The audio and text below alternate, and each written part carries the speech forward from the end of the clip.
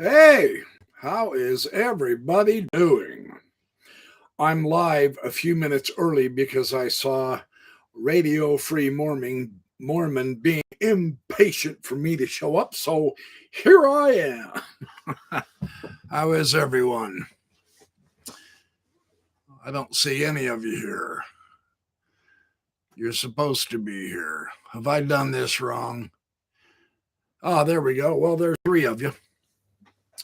Welcome. Hey, Mark. How you doing? All right, I'm going to chit-chat for a few minutes before I start my beloved important subject. And actually, this is probably going to be one of the most important live shows I do, simply because of the nature of the subject. And we want to get clear. So if you do get here late, it's all good. It's all recorded. You can watch the rerun 100,000 times. You can yell at me about my hair being bad and all that jazz. 10 of us already. Good to see all of you. Hey, Marco F. Aloha. Hey, Teresa Pittman. Welcome. Ruth Smart. Welcome here. Where is our beloved Radio Free Mormon? He said he was waiting. T.O., how you doing? Good to see all of you.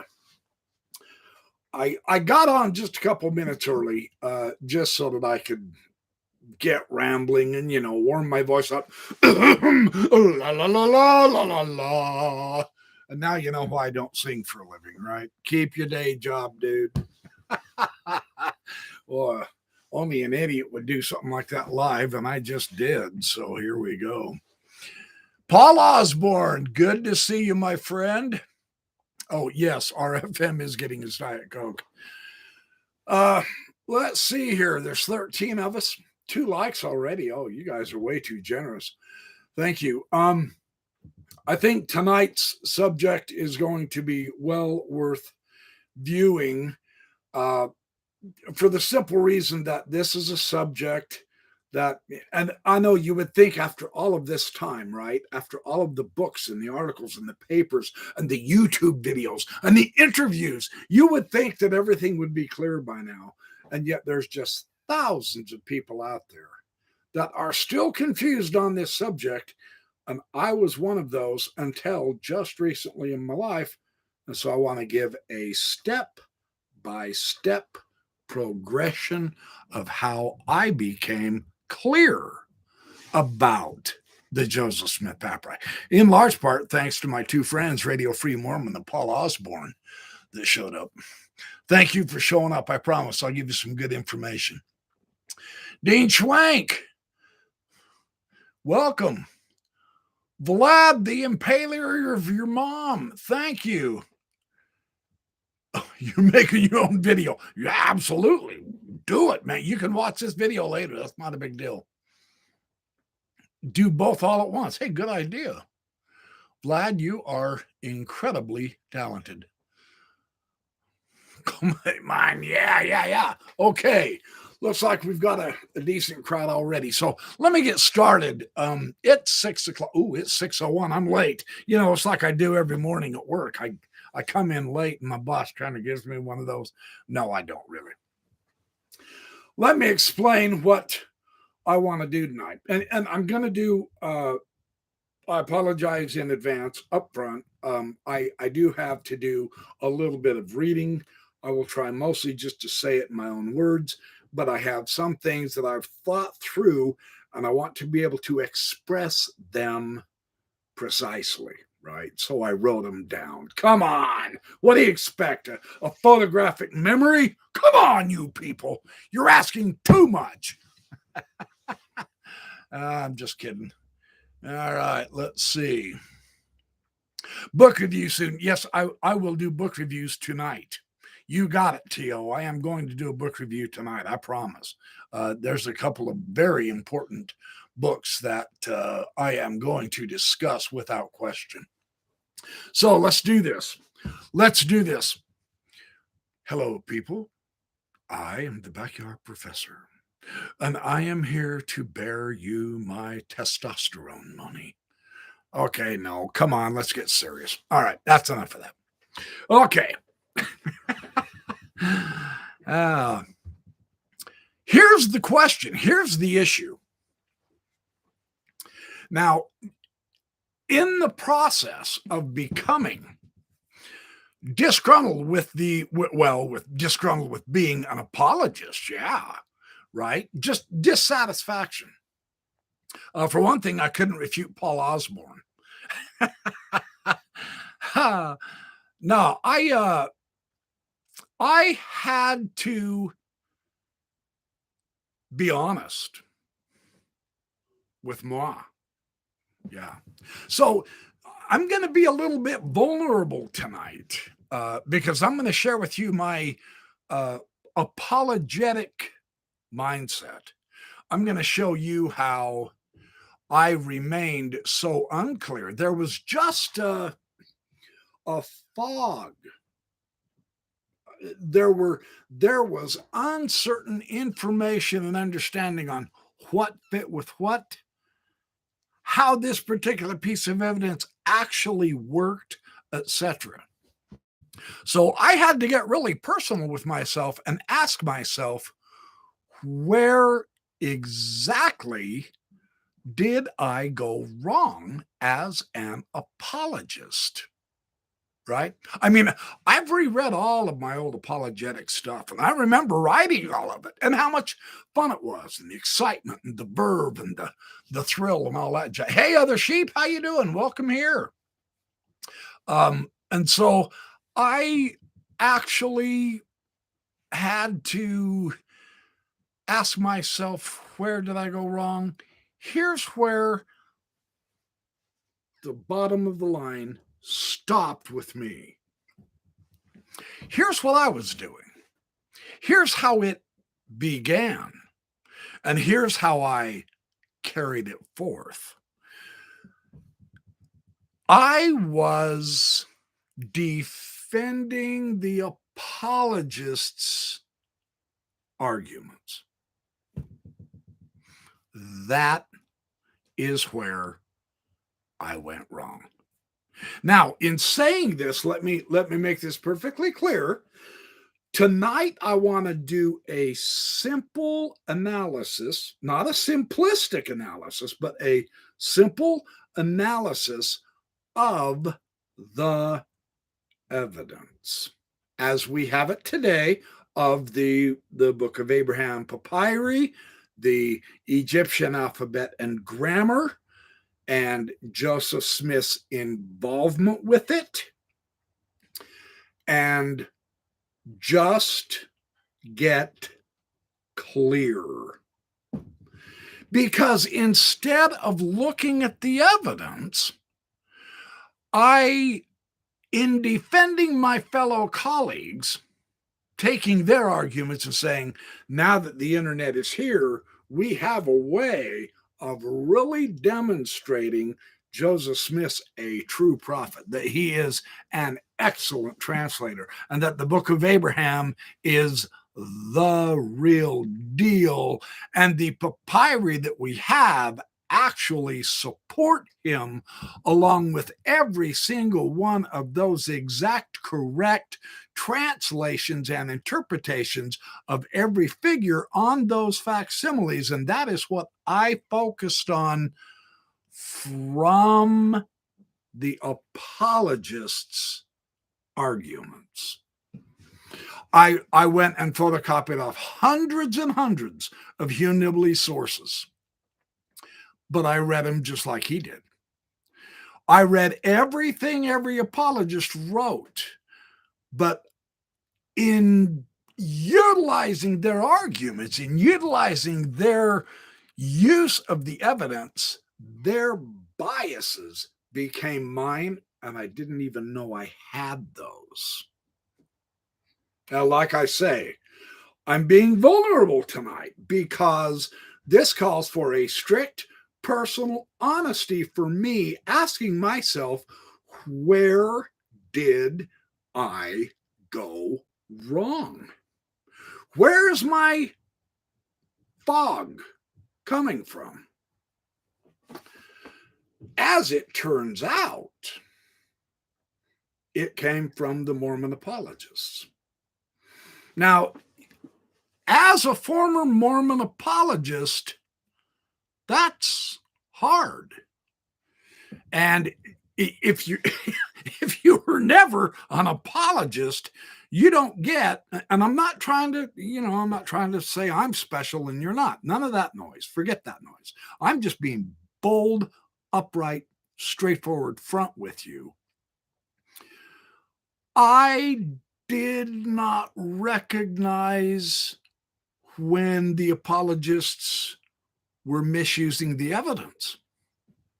I didn't realize the apologetic bias when it came to, say, the relationship of Joseph Smith's idea of revelation and the Book of Abraham. I read all of the doctrines and the apologetic information on the eternal nature of the intelligences in a premortal existence, because that doctrine was so fantastic in the Book of Abraham. Things like that.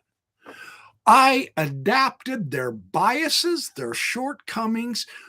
I had no idea they were misusing their sources because I wasn't looking at the evidence. I was looking at what they were saying, and I was trying to make their argument stronger. That's what I did as an apologist. Shockingly, to me, it's from the Mormons that I got the fog. So I had to ask myself, what do I actually know about the nature of the evidence here? Let's take an honest look, Carrie. What do you know about the papyri? That's when I began getting clear. And the great news is, it really is clear. And I'm going to show you that in specific detail tonight. How's everybody doing? Okay, other sheep. We wanted them to be right. Oh, Moritz Butch. I didn't see that, no. Enoch, hey. Okay, you guys are here. Let's keep going. Here is what I want to do. Let me make sure I covered all my bases, because I want this to be understood clearly enough that I'm going to use a new word tonight. I mean, another word besides myopic. I think Bill Rail and Radio Free Mormon in last Wednesday's Mormonism Live got that one covered real good. That's a new word in Mormonism, myopic. We lazy learners, now we're myopic lazy learners, right? My new word is irony. Look, as an apologist, former apologist, it is deeply ironic that it was the people I was defending that was causing me my confusion. That's deeply ironic. The church was paying them. Yes, I know. I've heard it 1,000 times. I'm not supposed to mention Daniel C. Peterson because we've been told on our message board we talk about him too much. And so we are not to invoke his name nor argue about what he's doing. But anyway, it is so ironic that the church is paying the apologists to confuse the issues. Now, this late in the game, now, what are we at? 2022, right? 2022. The papyri have been here since 1967, right? So, I mean, let's give ourselves a chance. Let's give ourselves a 10, 20-year chance to at least begin to get a grasp of the overall context of the papyri, the Book of Abraham, the Egyptian alphabet and grammar, and so on and so forth. Hey, Sploinky Doink, thank you. That's very kind of you. I appreciate that. So here is the issue that makes this all worth it.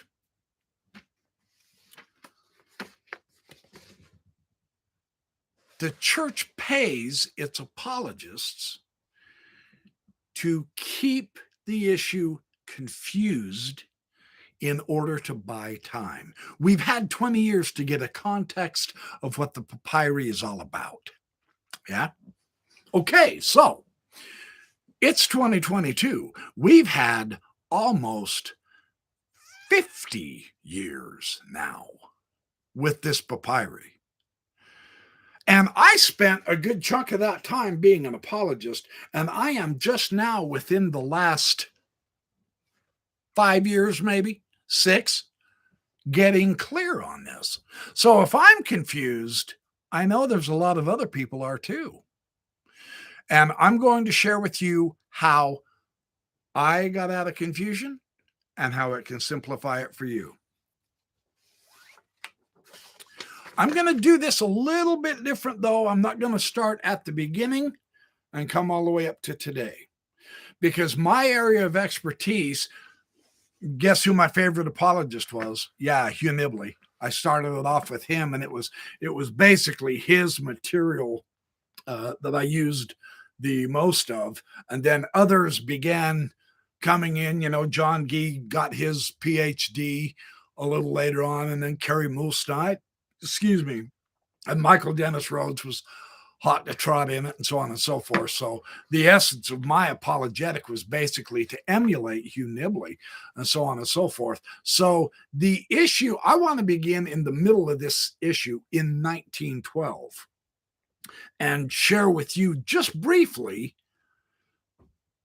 the positively excellent option that we have in understanding the 1912 issue, where that's when Bishop Spalding got 8 of the world's Egyptologists or else biblical experts to translate and test Joseph Smith's claims, and they all proclaimed him a fraud, right?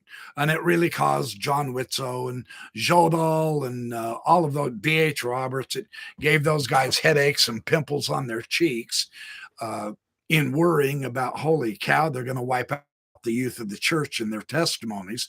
So they responded as best they could. Here is something that I want to get crystal clear before I begin elaborating the evidences, however, and this is really critical. In 1912, it was the Mormon response to the 8 experts who declared Joseph Smith a fraud. And the way the Mormons handled this was they said, hey, Enoch, thank you for showing up. Appreciate it. The new word is transrational. All right, I'll take that.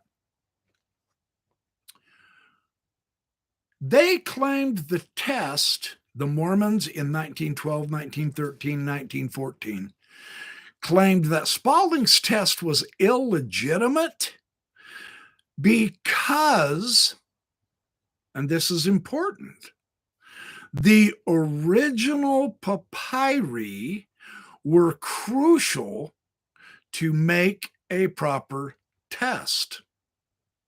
We don't accept the verdict of the Egyptologists because they aren't using the originals of the Egyptian papyri. And this response is entirely valid. That's a correct response. The Mormons in 1912, 1913, 1914, their response was correct.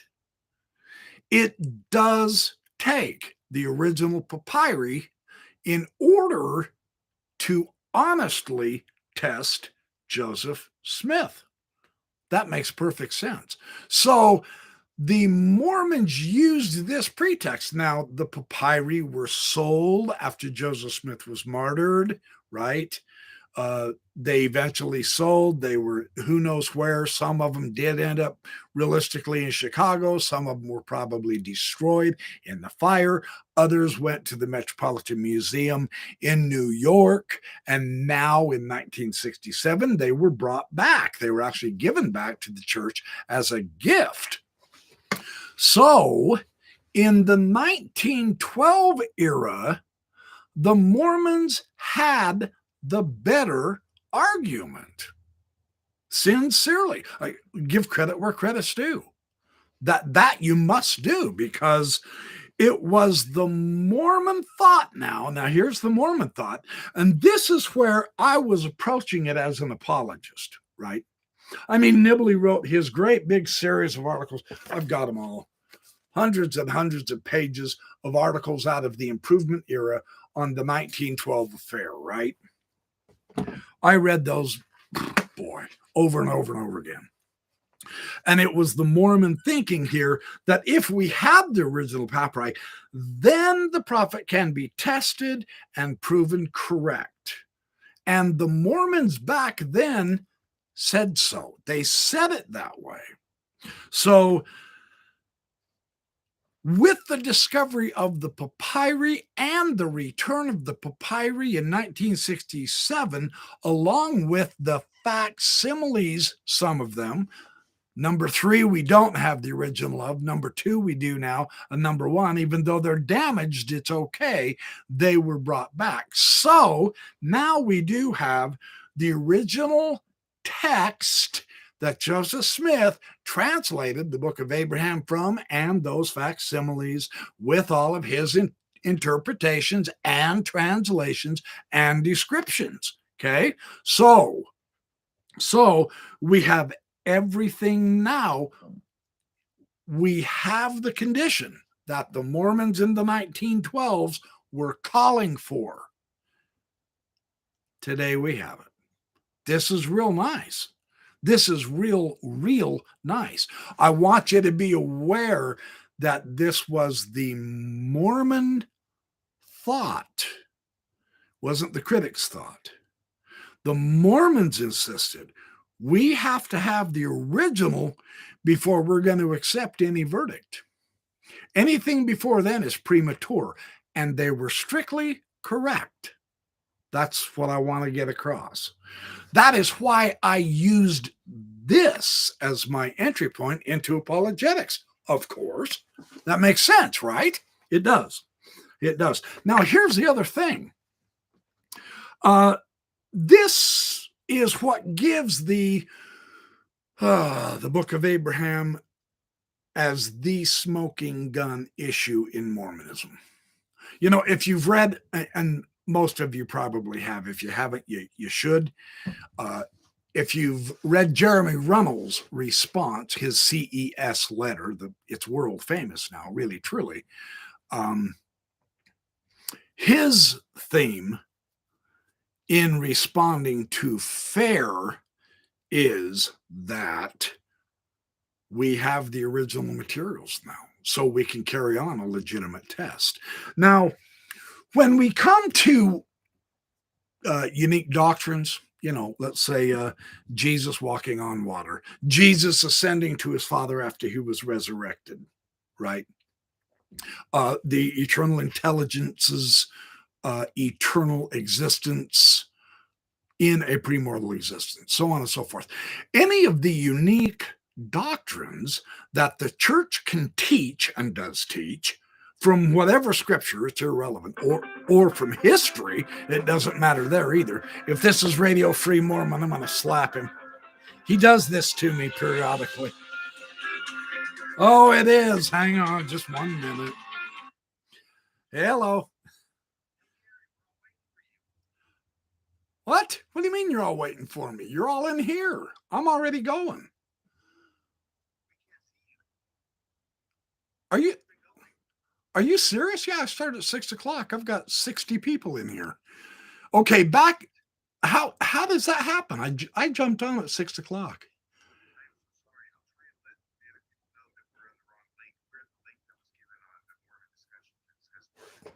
Well, that's the one I thought I entered in.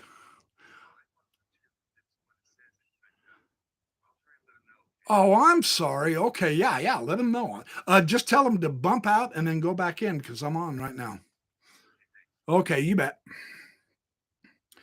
Oh, issues. And it's probably my fault. I apologize. Anyway, yes. So this is the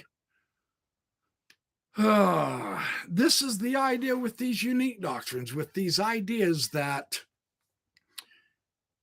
There's no real evidence for any of the unique doctrines in the church. There just really aren't. And so the church can invoke faith here, right? Because how are we going to test the eternal nature of intelligences from a premortal existence? You're not. You can't do that. There's just no way. So invoking faith is the church's way of keeping a lid on it without having to invoke evidence, right? That's how this works. With this Joseph Smith papyri, it changes because now the church can't invoke faith. It is a superfluous issue because we actually have the evidence. Now, this is key. This is so important. This is a great idea because this shows us the relationship here with faith and evidence, doesn't it? Really, for real. So, with the original papyri that the Mormons insisted on in the 1912 issue, now we have it. And it couldn't get better. It's fabulous. So what I want to do now is I want to do just a very simple, I hope everybody else makes it in. They were saying, Patty Kate, good to see you. I hope everybody makes it in. RFM said that they were waiting for me on another link. I'm not quite sure what I did wrong. I thought I tagged into that link. Here we all are. So anyway, for those of you who got here late, welcome. I'm just barely getting started technically anyway. So here is the interesting theme that I want to share with you on the nature of the evidence. I'm going to take this very slow and one by one. I'm not going to try to be simplistic. I'm not trying to talk down to you. Remember, tonight's my night to be vulnerable. I had to truly just put away in my mind everything I knew, so to speak, and start fresh with the evidence and go one step at a time. So please don't think I'm trying to talk down to you. I am not. I am just showing you how I got clear on this issue with the papyri. And it really is easy to get clear with. Number one, and I'm going to make sure that we can see this. Everyone is agreed that this is real Egyptian papyri. Everyone is. That's not an argument. That this isn't a critic or an anti-Mormon trying to sneak a little bit of extra knowledge to get a point against the Mormons. It's not the Mormons trying to manipulate the argument in order to get a point up above on the anti-Mormons. No one's arguing here.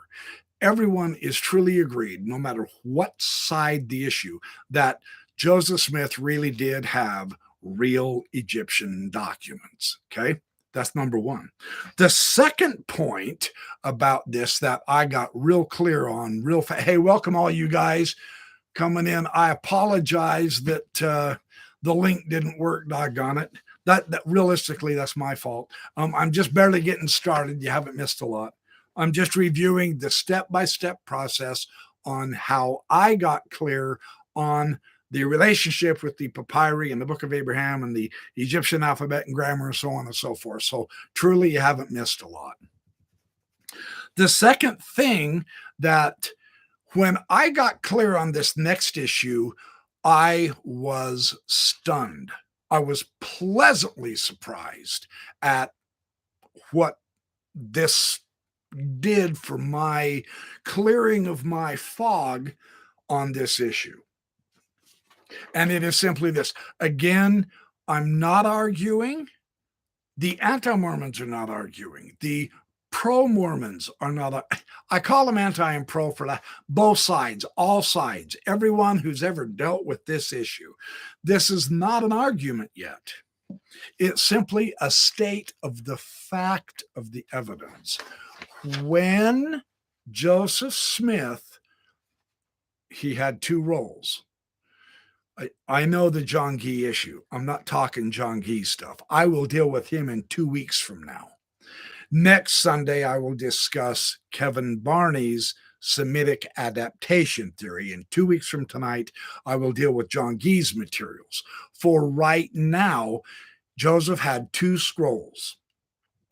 When he unrolled the scroll, here's what he would have seen. This is not an argument. I am simply stating the nature of the evidence here. And it's a cheap black and white picture, but it really serves the illustration well. Everyone knows that the Book of Breathings on the right-hand side has facsimile number 1. Then you see the writing. Then on the other end is facsimile number 3. There are other books of breathings besides this one that Joseph Smith acquired. And some of those other book of breathings also has an illustration on the right. Egyptian was read from right to left.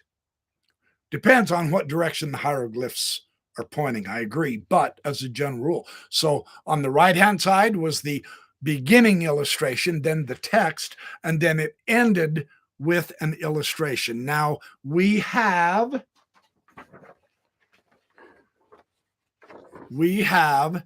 the original facsimile number 1, right? It's damaged, but it was hooked to that Book of Breathings. And then on the other end over here, we don't have the original facsimile number 3, but it would have been on this end. And there's a small bit of papyri in between these two that are that's missing right now. And I will get to that later. This is what Joseph Smith would have saw when he unrolled the papyri. Okay, so the next issue that I want to share, again, simple, but this is how I got out of my fogginess, is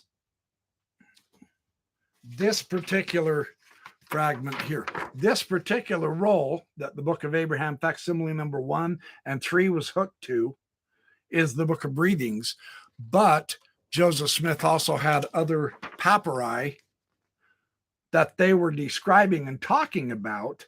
And this papyri, because of in descriptions of various writings from Oliver Cowdery and other of the early contemporary witnesses to the papyri.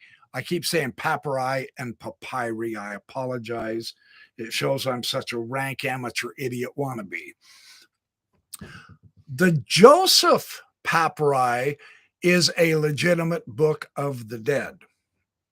Bits and pieces and parts of it. It's not the whole thing. Of course not. So there are actually two different kinds of Egyptian documents, a Book of Breathings and a Book of the Dead. Okay. Again, this isn't an argument. I'm not trying to trip you up if you're a Mormon. I'm not trying to trip you up if you're a critic. No one's arguing anything. This is just the state of the evidence that absolutely everybody agrees. Let's find out where the agreement is, and it could lead to greater clarity. That's what I'm hoping for. Okay. Doug Vincent, good to see you again. Patty Cake, I said hello. Oh, Tim Rathbone, thank you for showing up. Tom Miller, good to see you, etc. So let's keep moving on. Oh, and once again, it's very important. This particular group of papyri, the Book of Joseph, was not translated. And I know, we all know that, but I'm going simple so that I can clear the fog. Oh, thank you, Splunky Doink. That's very kind of you. So now, let's get to Okay, this is a simple item, but I'm not kidding. It is deeply important. And I'm going to try to show it to you. I'm going to start getting really excited here in just a moment, because I have the text of the Joseph Smith papers of the Book of Abraham papyri. I've been told to call it papyri. I don't know why I keep calling it papyri.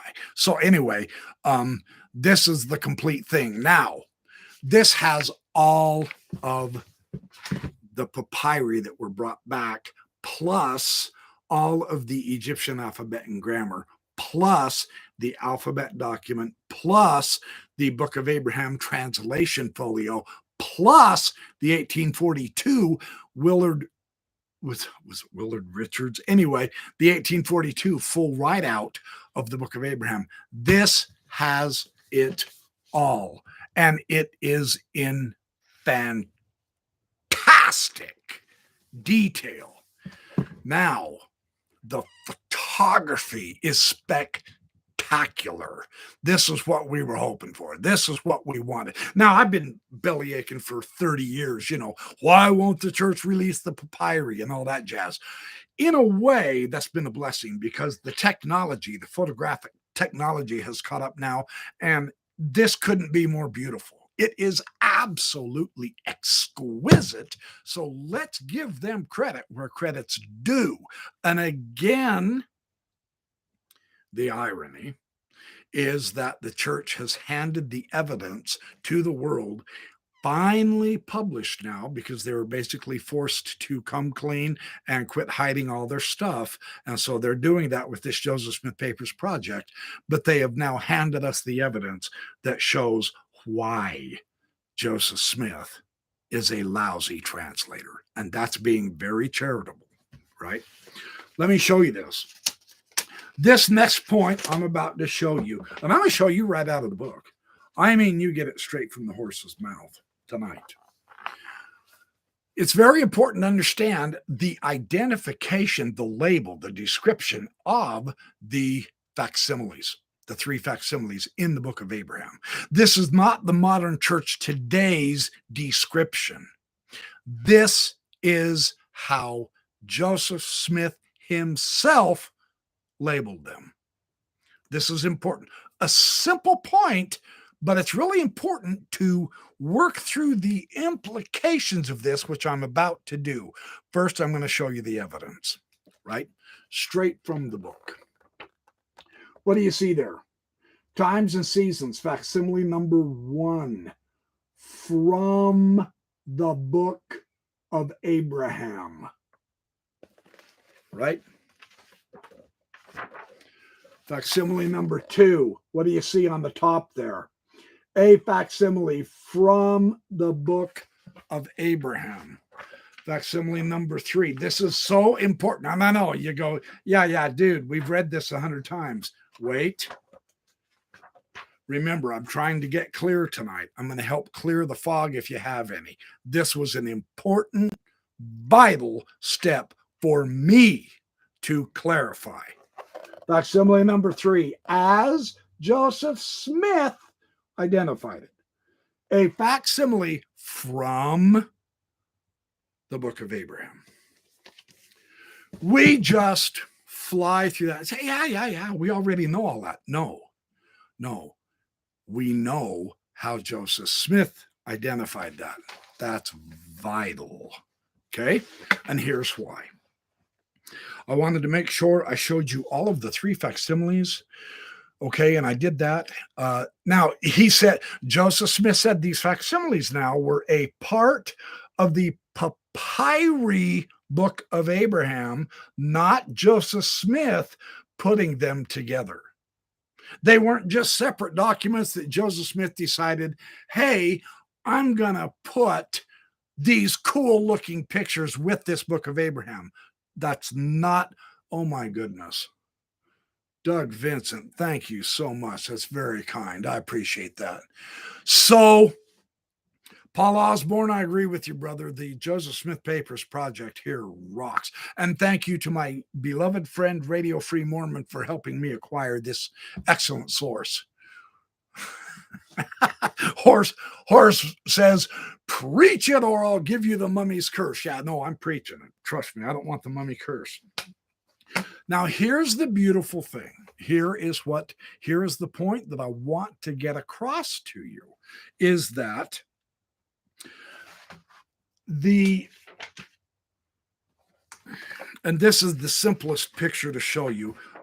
This is the same photos in the Joseph Smith paper. I so promise it is. Facsimile number 1 was part of the original roll,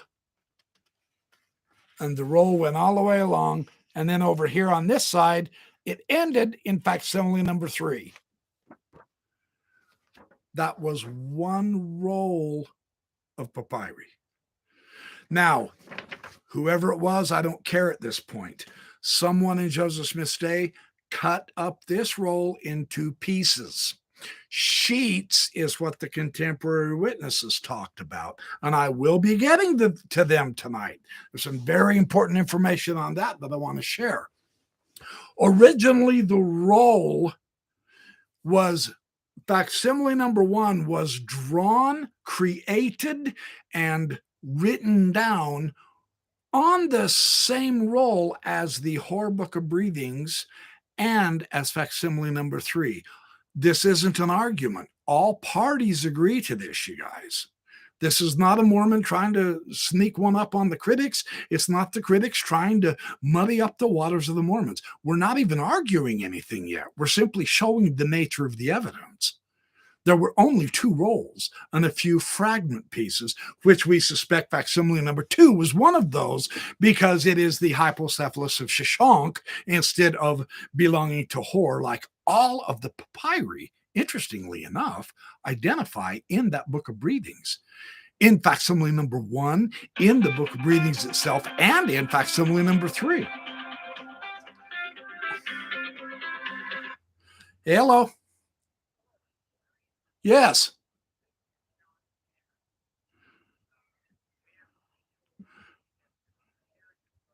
Oh, good. Can I call you back? I'm doing a live session right now.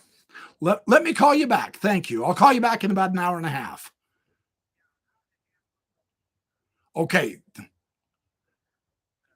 Okay. Thank you. See ya. So here's the idea here that is so critically important. When the facsimiles were cut, and I'm going to do this dramatically because I did this with myself dramatically, and it clicked. It opened up.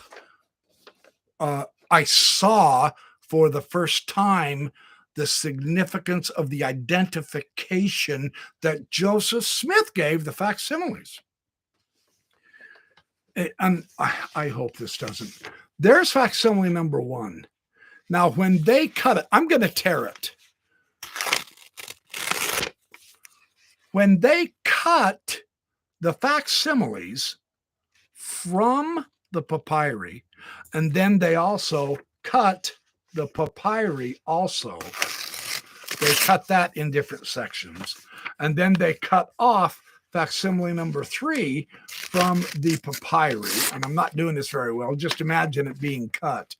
When they say that the facsimile number 1 is from the Book of Abraham, it was created right along with the Book of Breathings.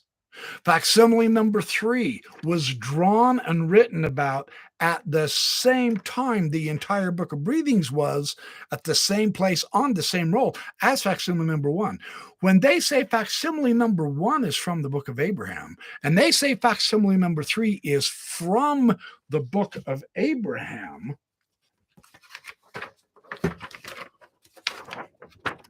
Joseph Smith identified the Book of Abraham for us. It is this Book of Breathings.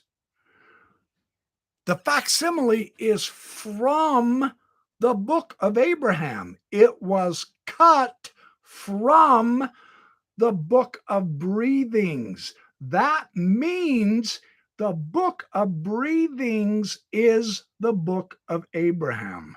And both facsimiles demonstrate that identification.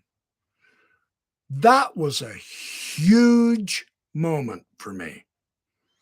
We do, in point of fact, have the original book of Abraham papyri. It is the book of breathings. The facsimile 1 and 3 are from the book of Abraham. Now, that's impressively important. I can't emphasize that enough. Now, here's the other thing. Here's the other part that is so remarkably interesting is there's 4 folios of documents that the Joseph Smith papers. Now, this is Brian Haugland and Jensen who put this wonderful volume together. And yes, we know John Gee gave us sour grapes in his review of it. Ignore that ridiculous review. Get this book. It is expensive. Now, here's the beautiful news, you guys. Really seriously. It's pricey. It's over $100, okay? The church has put all of what's in here on their website. Seriously, it's fabulous. Go to the Church of Jesus Christ of Latter-day Saints and type in Joseph Smith Papers Project, and you can look up any of these. It's fantastic. It's absolutely exquisite.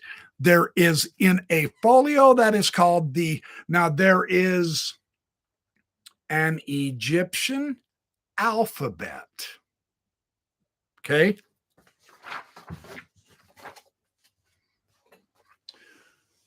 Hold on, I've got it. I'm not kidding. There is a folio called, now this is not the alphabet and grammar. Now this is another thing that this wonderful Joseph Smith Papers book helps clarify for us.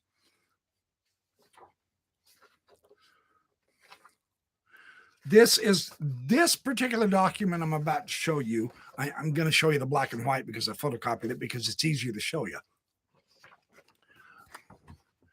This document is called the Egyptian alphabet. Now, in the history of the church, there were a couple of times when Joseph mentioned that they were him and Oliver, or else him and Warren Parrish, or Willard, whoever it was he was working with, Frederick G. Williams.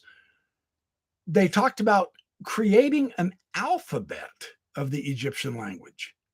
This is the document A in the alphabet. Joseph Smith wrote this.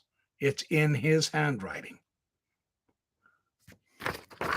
And what they did, you can see that there are hieroglyphs and then descriptions.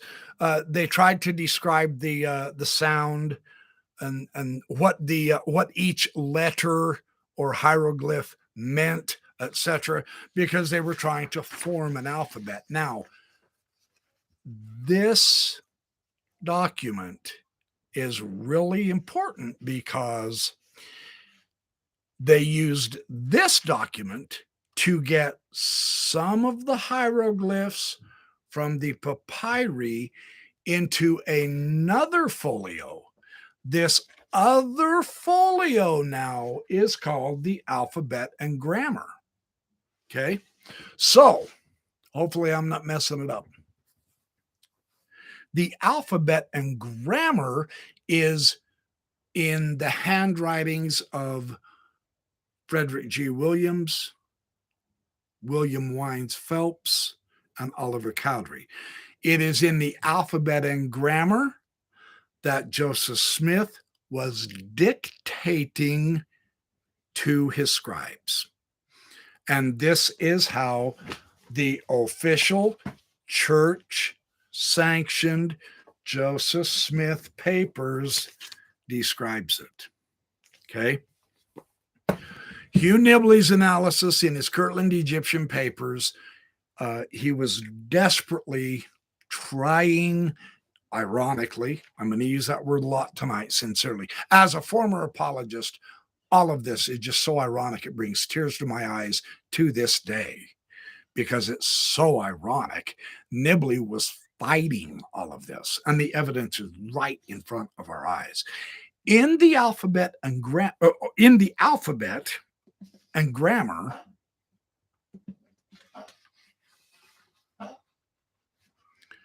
we have,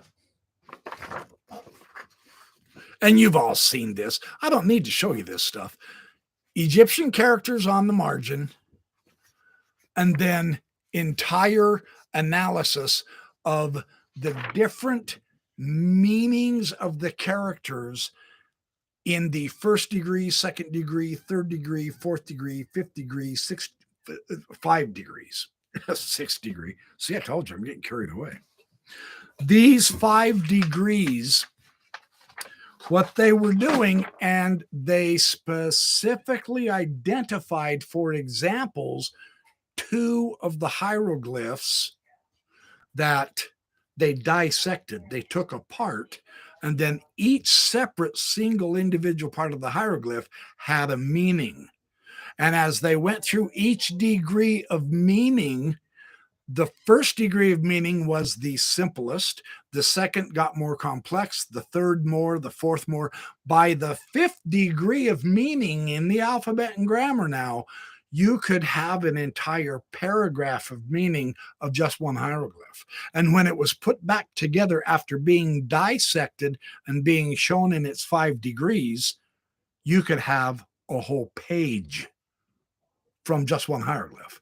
This was their understanding of how the Egyptian hieroglyphics worked, and they have given us beautiful examples in the alphabet and grammar. Now, let's be clear. From the papyri,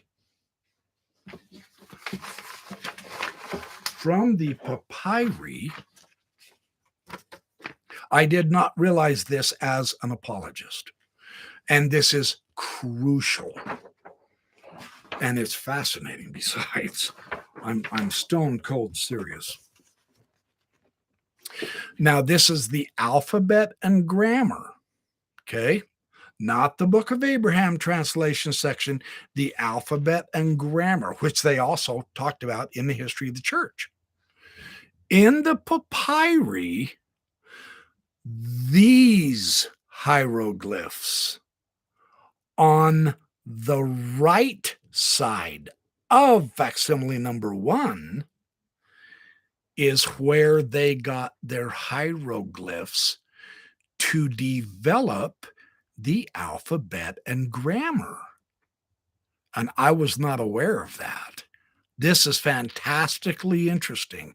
Their entire attempts to produce, to come to an understanding using the Egyptian hieroglyphics came from these hieroglyphics on this side of facsimile number 1. And they show them step by step in this book. And it's too unwieldy to show you. But it's in there, I promise. Absolutely everything is in here. These guys did a magnificent job. The reason I'm making a big deal about this, you guys, is because, once again, the documents that Joseph Smith was involved with the papyri, with the Abraham alphabet and grammar, and with the alphabet also came from the Book of Abraham. They just used this side to develop their alphabet. Interesting. They always focused and they always used the Book of Breathings papyri. That's what I want to emphasize.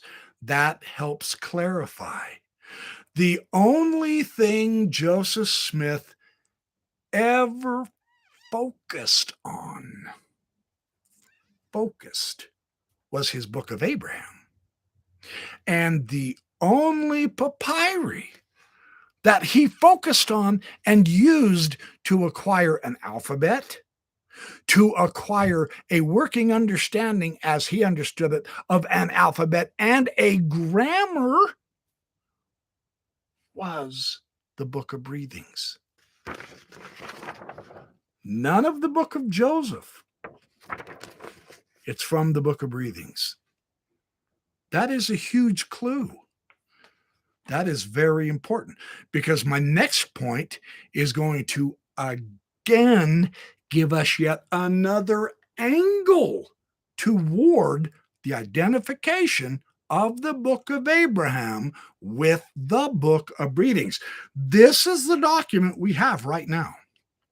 There is no missing scroll, you guys, that the Book of Abraham's on. John Gee is simply out to sea on that. It's his unfortunate, no evidence exists for that. And I will tackle him in 2 weeks from now. Let me show you this. Now, this next part is exquisitely important. And I'm just going to show you the photograph. Oh, come on. Bear with me, would you? This is too good to lose. This is just too good not to do. I have to do this. I apologize. It's going to be slightly awkward, but I've got to show you the color. And you can look this up on the church's website, I promise. This is straight out of the text.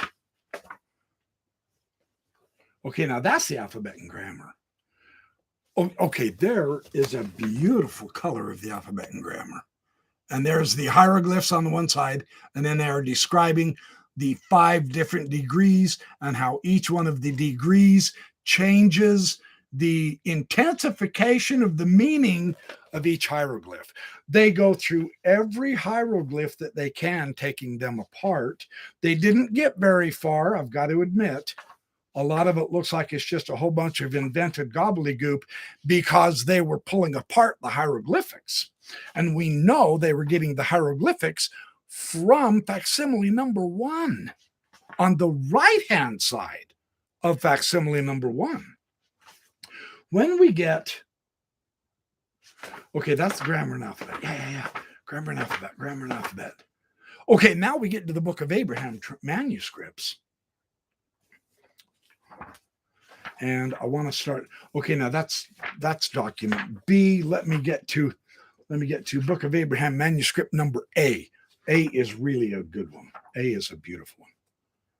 Okay, now, okay, this folio is a separate folio from the alphabet and grammar. It's not the same one. There's another manuscript. This is it. This is called, by the Joseph Smith papers, the Book of Abraham translation folio.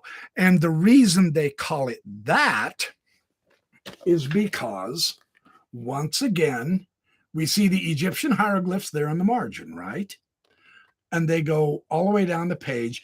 And to the other side, across from those hieroglyphs, we see 1 or 2, sometimes 3, sometimes 4 verses of the Book of Abraham from those hieroglyphs. Now, they translated the hieroglyphs from Abraham 1:1 to Abraham 2:18. It was not the full text of the Book of Abraham. It was just partially finished, because Joseph Smith kept getting into all kinds of trouble, getting arrested, and his life was just in turmoil, so he could not actually finish this project. The question is, where did those hieroglyphs come from? Those hieroglyphs, that's just a quick black and white picture. This is a picture. This is one of the pages of the Book of Abraham translation document, and it comes, do you recognize that fragment? that fragment in color is the Book of Breathings. There's facsimile number 1. They used these hieroglyphs here to develop the Egyptian alphabet and grammar. Then, systematically, hieroglyph by hieroglyph, they began over on this side of the document, and it's, you can see that great big gap in there, right?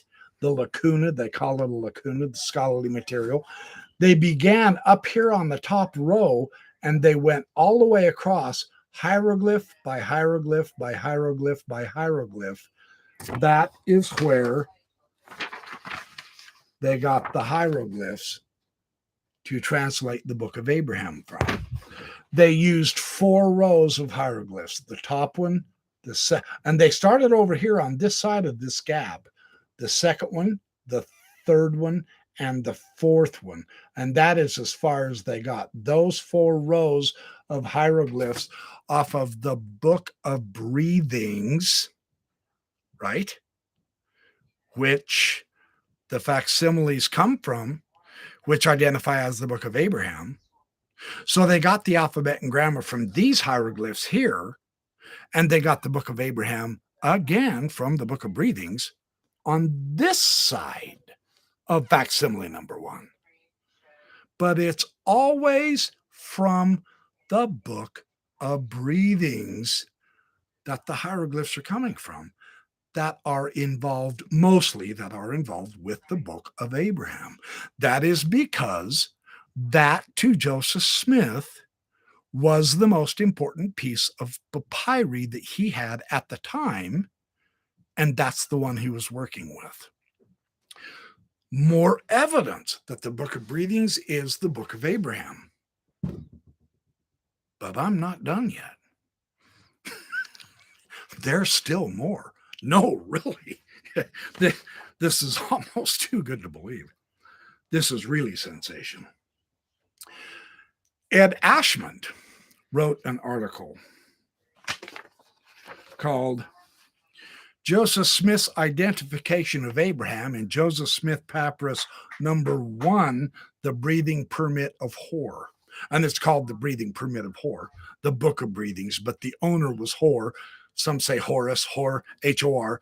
And so he identified where Joseph Smith pointed out the signature of, guess who? Abraham. When Joseph Smith was showing contemporaries in his day the papyri and the mummies, there are several people, and I have this, and I'll share this with you tonight. In the contemporary witnesses, I've got more ironic materials to share with you there. He would point to a hieroglyphic, and the witness would say, he would point out and he would say, "Do you see that?" And he said, "Yes." And he said, "That is the signature of Abraham." He did this many, many times. And others who showed the papyri also claimed that.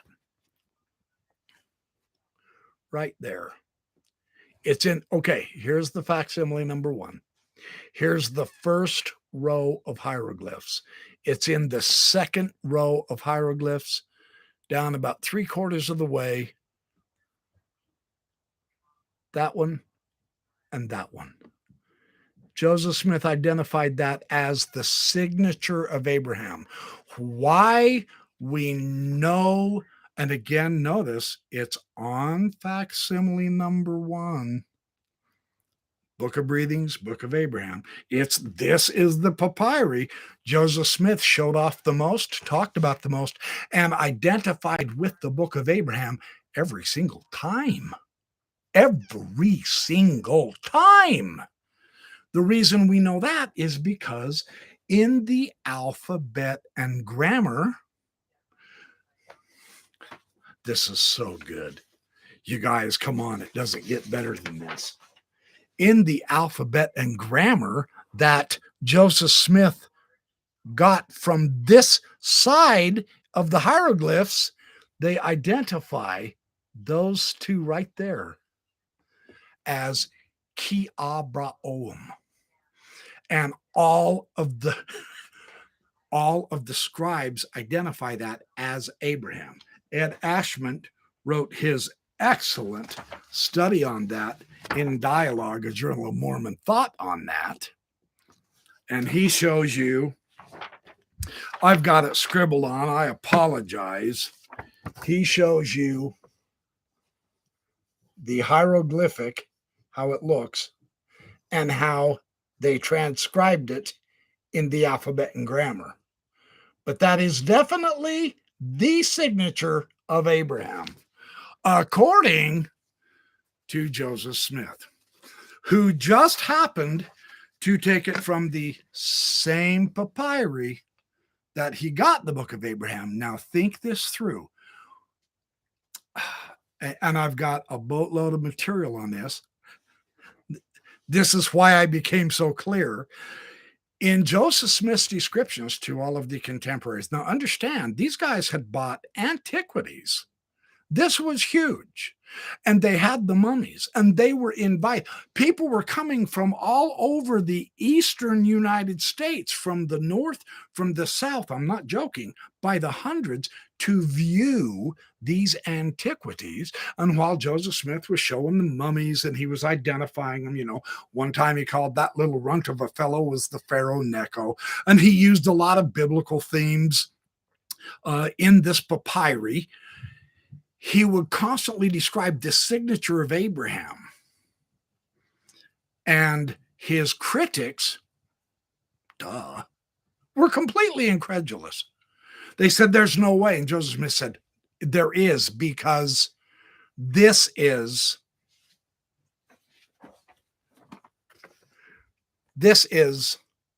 his book, written by his own hand upon papyrus. And Joseph Smith said that several times. Now, what other book other than his own is Abraham going to sign his signature to? That's really good. I'm not kidding. That's some good stuff. But I'm not done yet. I'm serious. Once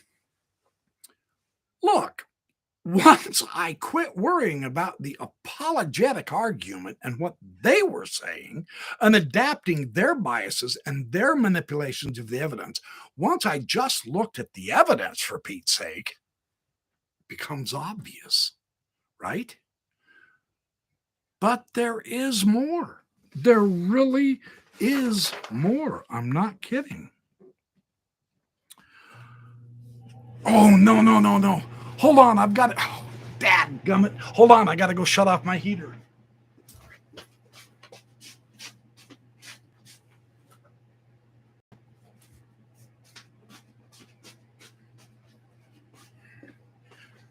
I am so sorry. Sorry, this is going to be noisy for just a couple of minutes. I apologize. Okay, so there is still more possible ways to understand how this book of breathings is the book of Abraham. All of the evidence extant with what we have right now today point to this conclusion.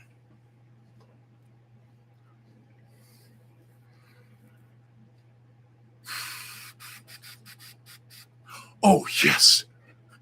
Here's one of the most decisive factors. Again, irony, really seriously. The papyri were given back in 1967. See? The church, of course, said, oh, dang, we've got to hide this.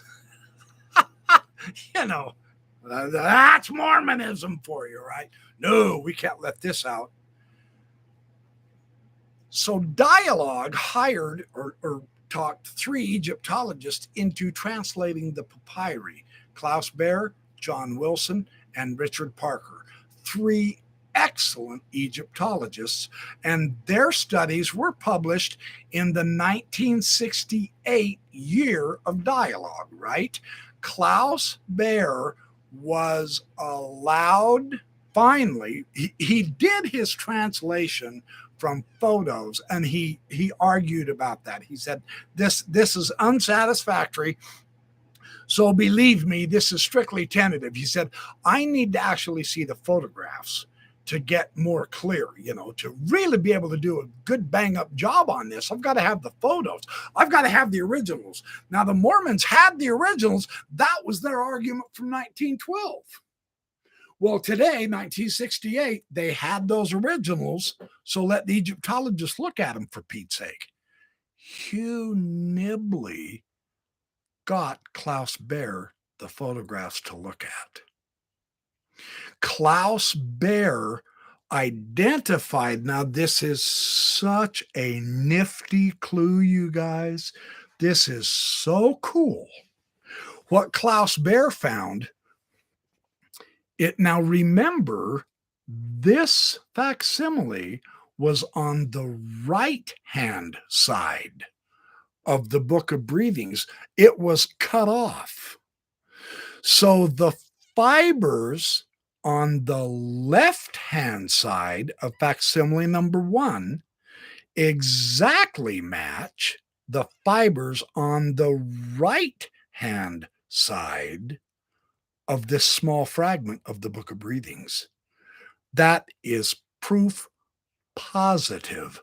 Facsimile number 1 was next to the Book of Breathings. That's proof it was on the same roll. And this, remember, is identified by Joseph Smith as coming from the Book of Abraham. When he cut those, it came from the Book of Abraham. We have literal, true, physical evidence showing facsimile number 1 is from the Book of Breathings. Facsimile number 1 is from the Book of Abraham. The identification is really solid there.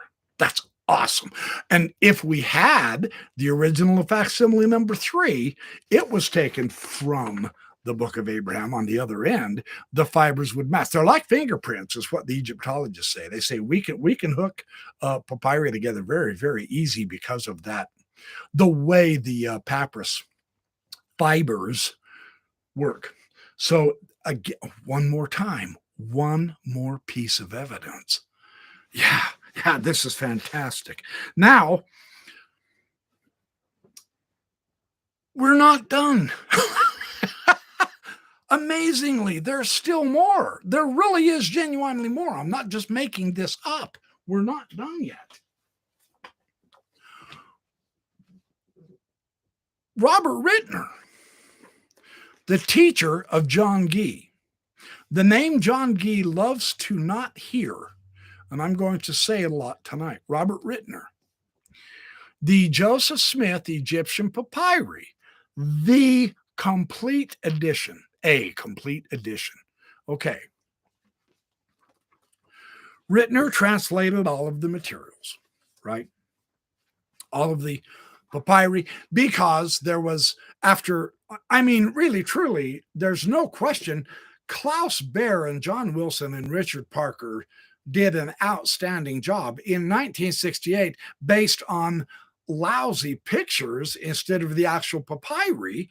Although Klaus Baer was allowed to look at the papyri to check the fibers, it was Hugh Nibley that pointed out to him that facsimile number 1 belonged to the Book of Breathings. And then Hugh Nibley, in his message of the Joseph Smith Papyri, said it was not from the Book of Abraham. Don't ask me how he could do that. I don't have a flippin' clue. But again, I was defending the apologist's arguments. I was not comprehending the nature of the evidence because I didn't look at it myself. The experts, they had, and I trust them. That's why I went wrong. That's why I was foggy. Hugh Nibley, in the message of the Joseph Smith Papyri, in some of his BYU Studies articles, sincerely, he knew Facsimile number 1 came from the Book of Breathings. He knew and said so in print that facsimile number 3 came off of the other end of the Book of Breathings. And yet he denied it was the Book of Abraham. Why? I'll get to that. You already know the punchline, right? There is more to identify this Book of Breathings with the Book of Abraham. Robert Rittner. Now I'm going to read, I recommend his whole book. I've read it many times. It's outstanding. Pages 115. I'm going to start reading here just a little bit. Forgive me if, okay. But I've got to read this because I want Robert Rittner's voice to be a clarion call. When I read this, more fog disappeared. By now, I'm getting pretty doggone clear. By now, you should be really doggone clear if you've been following me all this time. The Book of Breathings is fundamentally identified by Joseph Smith as the Book of Abraham. And all of the evidence points to that.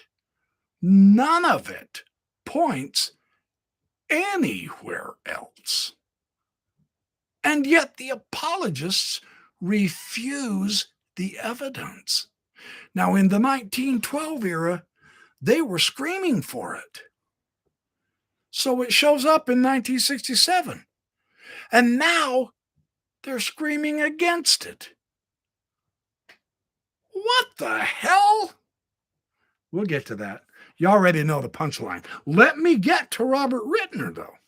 This is exquisite how he does this. Another piece. With false restorations and interpretative distortion. Boy, I can't read tonight. My eyes are blurry. Joseph Smith reworked vignette as a facsimile from the Book of Abraham, number 1. Okay, hold it. Isn't that how we've always read that? Okay, facsimile number 1 is a facsimile from the Book of Abraham. No. Whoa. Let's reread this. The explicit statement that the facsimile is from the Book of Abraham refutes any reasonable, as opposed to apologetic, skepticism that Papyrus Joseph Smith number 1, the facsimile, was the source, or I mean the Book of Breathings on the other side of the facsimile, that was the source of the narrative that Joseph Smith translated.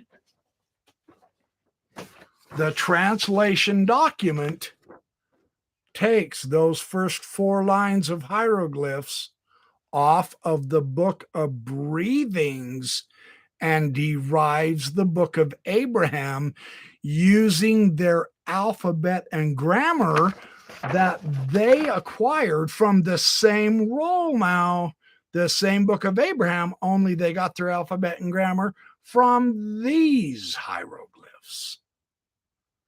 So there's no question this facsimile from the Book of Abraham. That's how to understand facsimile 1. That's not decoration. Folks, that's identification. So let me keep going. This is fabulous. This is so good. Okay, get serious. So,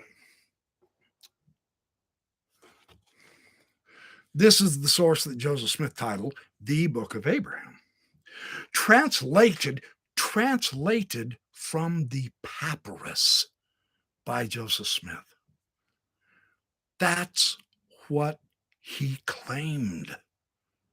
And it's documented, man. It's in the history of the church. It's in the contemporary eyewitnesses. That if I have time, oh man, I'm an hour 20. Seriously? Oh, I am so sorry. I'm taking too long. I want to get into these witnesses. I'll get a little bit, not as much as I may extend this to next week also, because this is too good to lose. Actually, yeah, let me keep going here. I'm trying to be slow and methodological. I have to be that way because this is how I got clarity. Now it is fundamentally clear we have all of the papyri that Joseph Smith had to give us the book of Abraham and the book of Joseph. Now, no one is arguing that there's papyrus missing. We know there is some papyrus missing. We're not arguing nothing's missing. We are arguing with total evidence from Joseph Smith himself that we have the book of Abraham original. Right now, it's not lost. Oh, thank you, Splunky Doink. You're very kind. Keep going, he said. Okay, well, I'm going to keep going. I'm not done yet. I apologize for going too long, but sometimes this kind of an issue needs critical clarification, and I am so grateful that I now have it. I am so grateful that I have clarity now instead of fog. And I'm hoping that's what I can transfer to you guys. If not, please do rewatch this video again. I know I'm being amateur, showing you the evidence from books and stuff like that, instead of be like, forget all that. This is the direct evidence from the horse's mouth. That's what I'm trying to get to you. Okay. We know that this is the narrative of the book of Abraham that Joseph Smith translated from papyrus. I promise you guys, that is what he claimed. Joseph Smith himself said that. Okay? Understand this. That's critical. In addition, the iconography. Now, iconography is a fancy term for the picture. The picture where, oh, come on, Carrie, of the facsimiles. Oh, come on. I had them just a second ago. Oh, I swear to goodness. Oh, here they are. Okay, I'm not trying to talk down to you. I so promise. I just want clarity. When a scholar talks about iconography, that's the picture. We see the guy with the knife, which is a complete ridiculous restoration. I mean, come on. Look. That is not in the original, right? The original there's a lacuna there. So, and there's no knife in that original. You're not going to find it. You're going to find some kind of a squirrely, idiotic looking supposed pencil restoration that's been completely destroyed by Robert Rittner. But the iconography is the picture. The guy, the bird, the guy on the couch, the lion couch, these 4 jars underneath, this zigzag line with the crocodile, the iconography, the art. That's what they're talking about. Okay? When he uses that word. I promise I'm not trying to talk down to you. I so promise. So in addition, the iconography of facsimile number 1, that's why I showed you facsimile number 1. You've all seen this, right? The iconography, it is repeatedly cited in the translated text of the book of Abraham.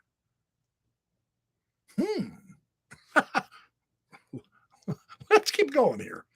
It's cited within the narrative of the book of Abraham that Joseph Smith translated from the papyri. The art of facsimile number 1 is talked about in the book. Let's read. It says that you may have a knowledge of this altar. Now, in the first chapter, you guys, of the book of Abraham, he's talking about Abraham, and he was the attempted getting killed, and the priest of Elkanah put him on an altar and all that jazz.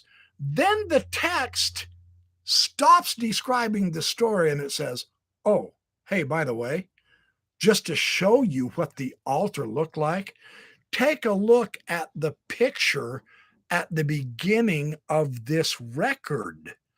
Now, there's the key, because we have proof. We have physical evidentiary proof that it was facsimile number 1 that was hooked to the book of breathings that the text is referring us to because the fibers match.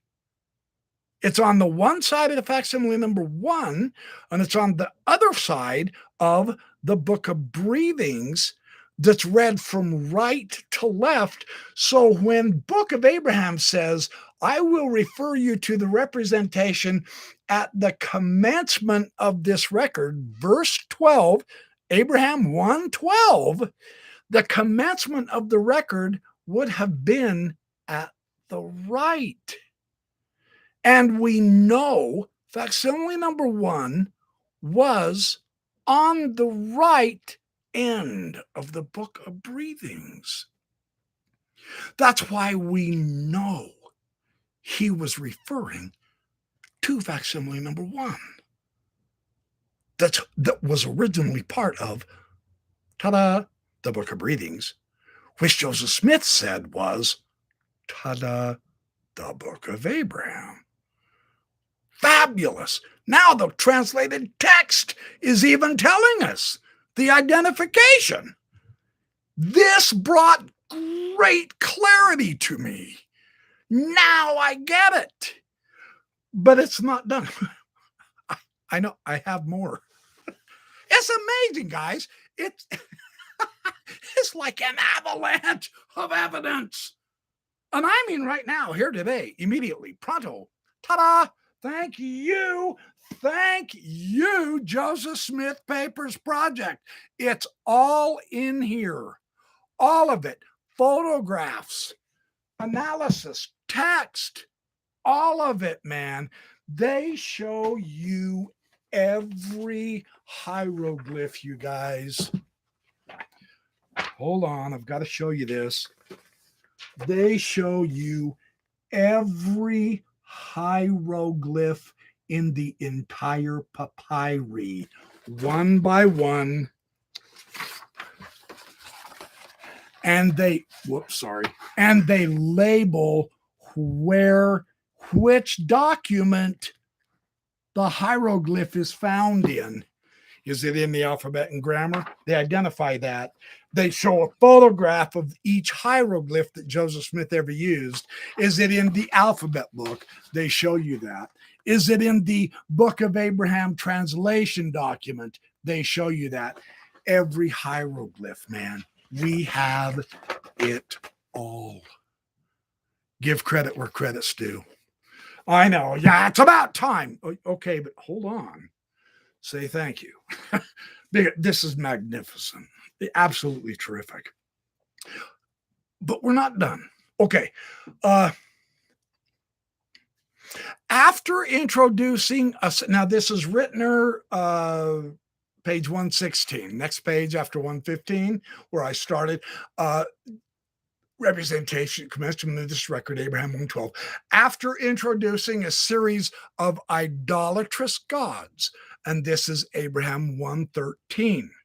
Okay, so Abraham then goes back to telling his story about the idolatrous gods that was involved in his life. In the text, the translated text, right?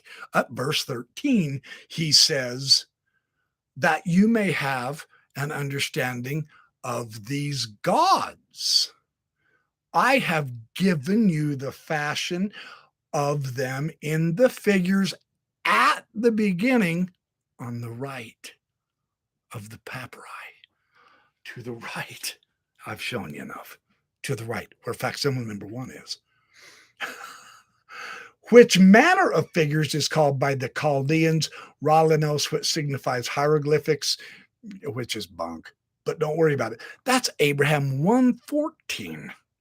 So again, he's talking about the 4 idolatrous gods of Pharaoh at the beginning. This is what he was talking about. And what do we have? The 4 idolatrous gods. On the right hand, at the commencement of what record? Abraham's book that he put his signature on. The translated text identifies it, man. Oh, thank you, Radio Free Mormon. Appreciate that. Is that hi, Mike Weist, Doug Lyman? Good to see you guys. Trevor, thank you for showing up. I'm sorry I'm not involved with the conversation. I'll talk about that later. Right now, I've got a lot of stuff to get through. This is so good. It's hard to. I'm thrilled how this clarified things for me. When I stop studying the arguments, damn it, and look at the evidence for myself, that is key. I promise. And now we have it all. So it's no longer a hunt like I had to for decades. No, it's all one spot right there. Joseph Smith Papers or on the church's website. So now, in these citations, and we're talking Abraham 1, 12, 13, and 14, you can look them up yourself and read them, and then go back to facsimile number 1 and look. That's the beginning of the record, the roll, remember, taken from the book of Abraham. In these citations, the imagery of Papyrus Joseph Smith number 1 is said to stand just before, at the commencement, the beginning of the text of Abraham. And that's what we have. The facsimile number 1 at the beginning of the book of Breathings, which is the text of Abraham. The translated text identifies it. So the adjacent book of Breathings of Hor was Smith's obvious choice, not a separate and now lost addition at the end of the roll. John Gee is just giving us ad hoc excuses, and his arguments haven't held up. The evidence absolutely shows otherwise. More. I'm not done. Is this not mind-boggling? I'm not done yet, man. Interconnections between Abraham's tale and the Papyrus Joseph Smith one are further demonstrated. Now, this is remarkable, and it's something only an Egyptologist would see. Thank you, Lord, for Egyptologists. Notice how Rittner saw this clue. I would have never seen this. These are further demonstrated by Joseph Smith's explanation of 12 figures in facsimile number 1 again. We're still talking about number 1 that illustrate supposed events in the translated narrative of our book of Abraham in our Pearl of Great Price in English right now. He's talking about all of the figures in facsimile number 1. Get this. This is fabulous. Figure 1 corresponds to the Ba spirit of Osiris. That's that angel of the Lord. That was Joseph Smith's identification of the Ba bird, right? It was miscopied with the head of a bird rather than that of a human. The Ba spirit of Osiris is labeled the angel of the Lord. While this is arguably an anachronistic interpretation, the use of angel is an anachronism, but of course, we know that.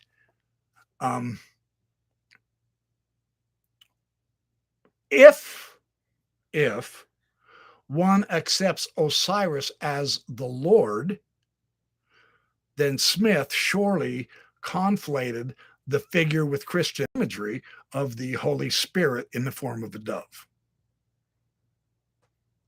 Figure 2 corresponds to the prone image of Osiris on the to represent Abraham fastened upon an altar, right? That's the explanation in facsimile number 1.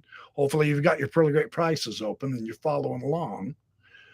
The image inspired Joseph Smith's tale of human sacrifice in the land of Chaldee, Abraham 1:8.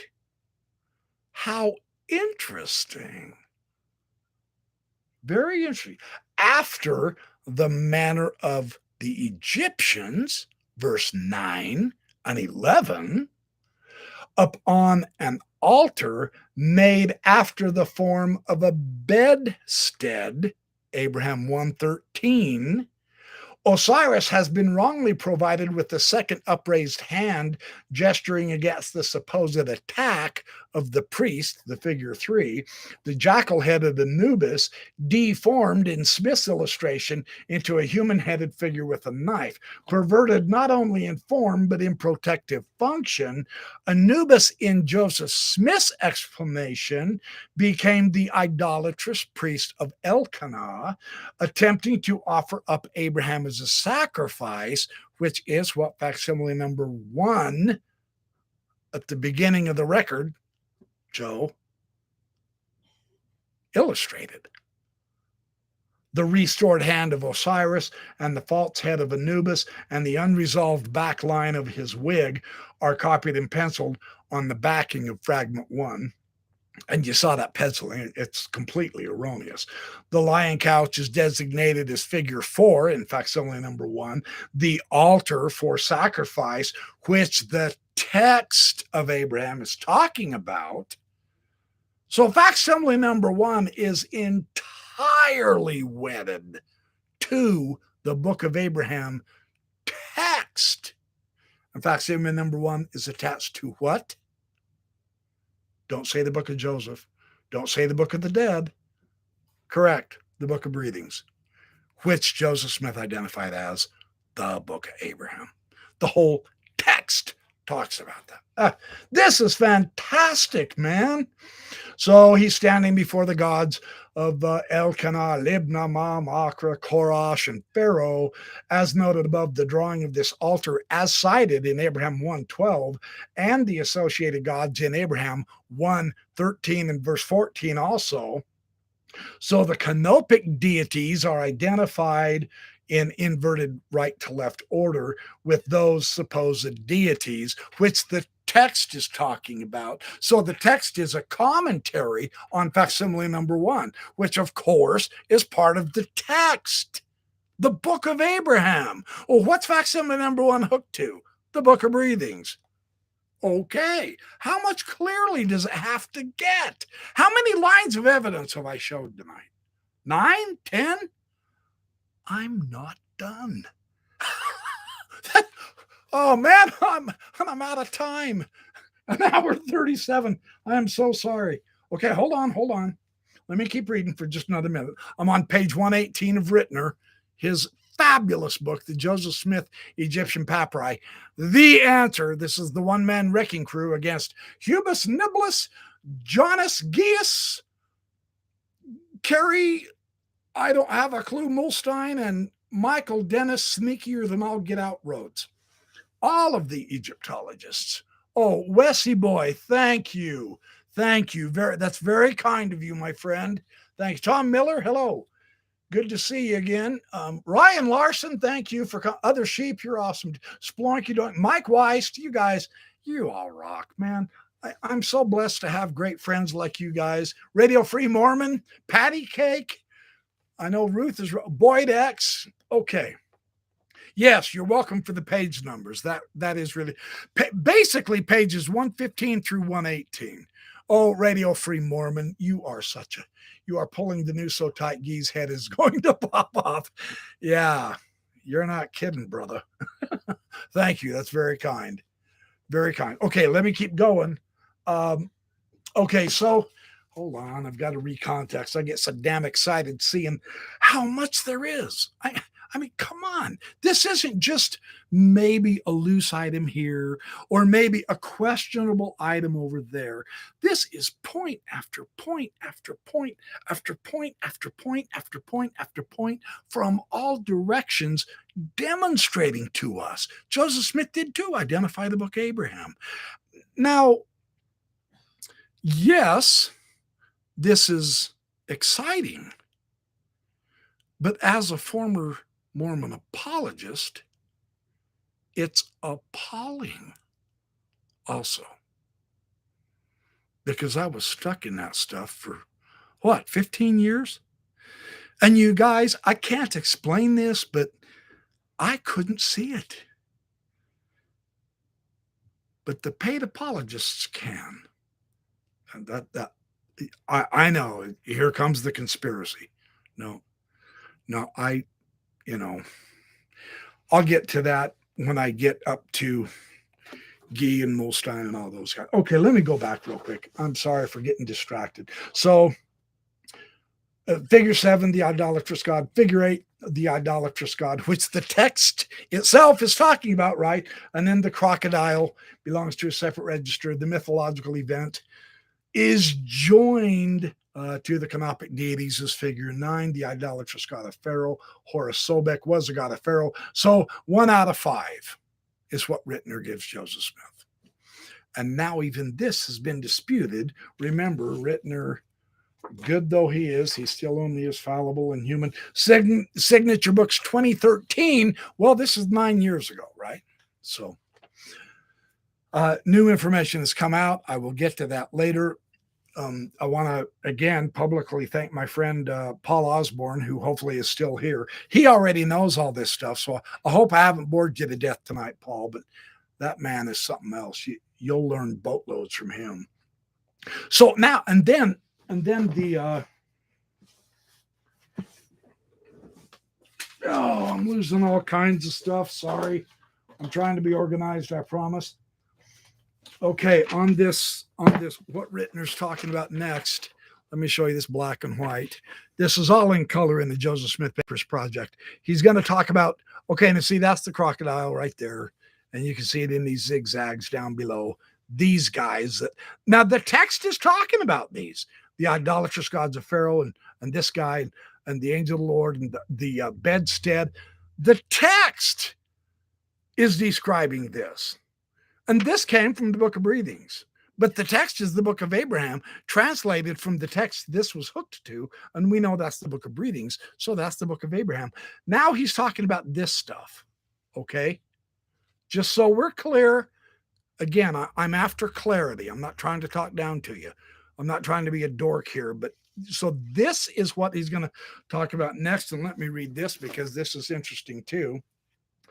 The dado image of niched brick is styled figure 11, and it's designed to represent the pillars of heaven as understood by the Egyptians is the description. Joseph Smith, as understood by the Egyptians is the description.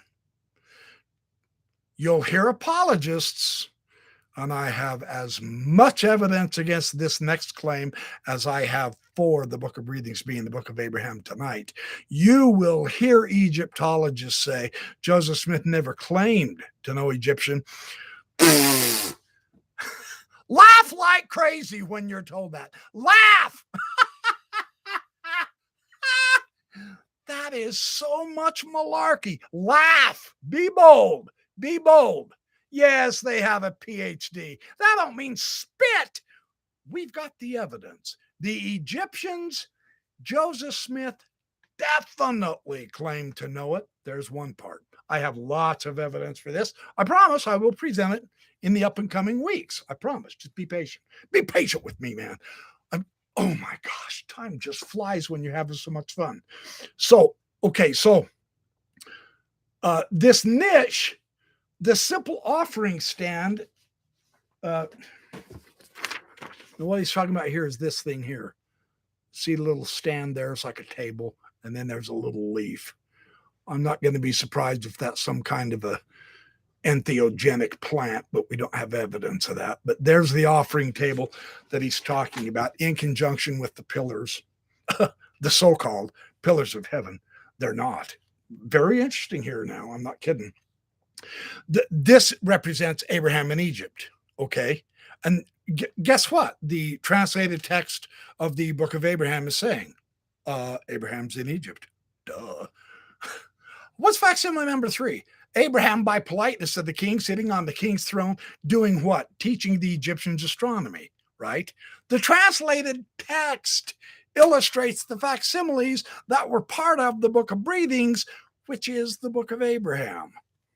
again and again and again and again and again and again and again and again and again and again and again and again and again and again and again and again and again and again and again we come to that conclusion because of the overwhelming evidence.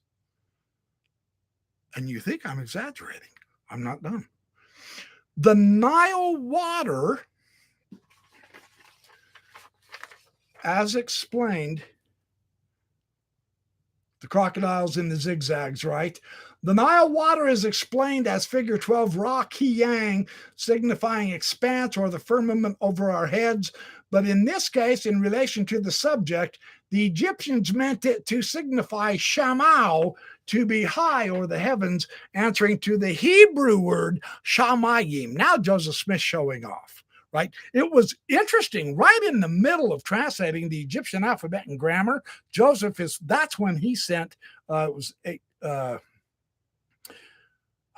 1835, he sent Oliver Cowdery off to Sykes to grab a whole bunch of grammar books while they were translating the Papyri so that Joseph Smith could learn Hebrew also, right? So he's throwing in the Hebrew descriptions here that supposedly the Egyptians understood as the pillars of heaven based on what the Egyptians said, according to Joseph Smith.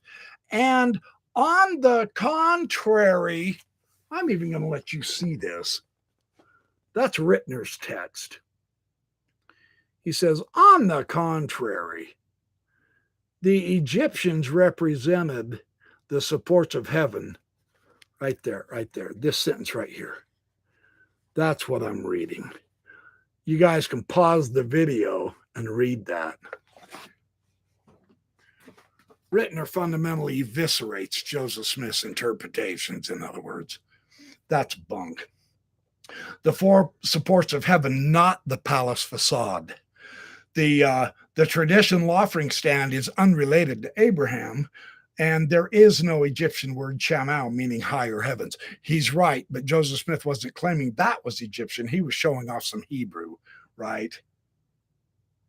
Oh, wait. Oh.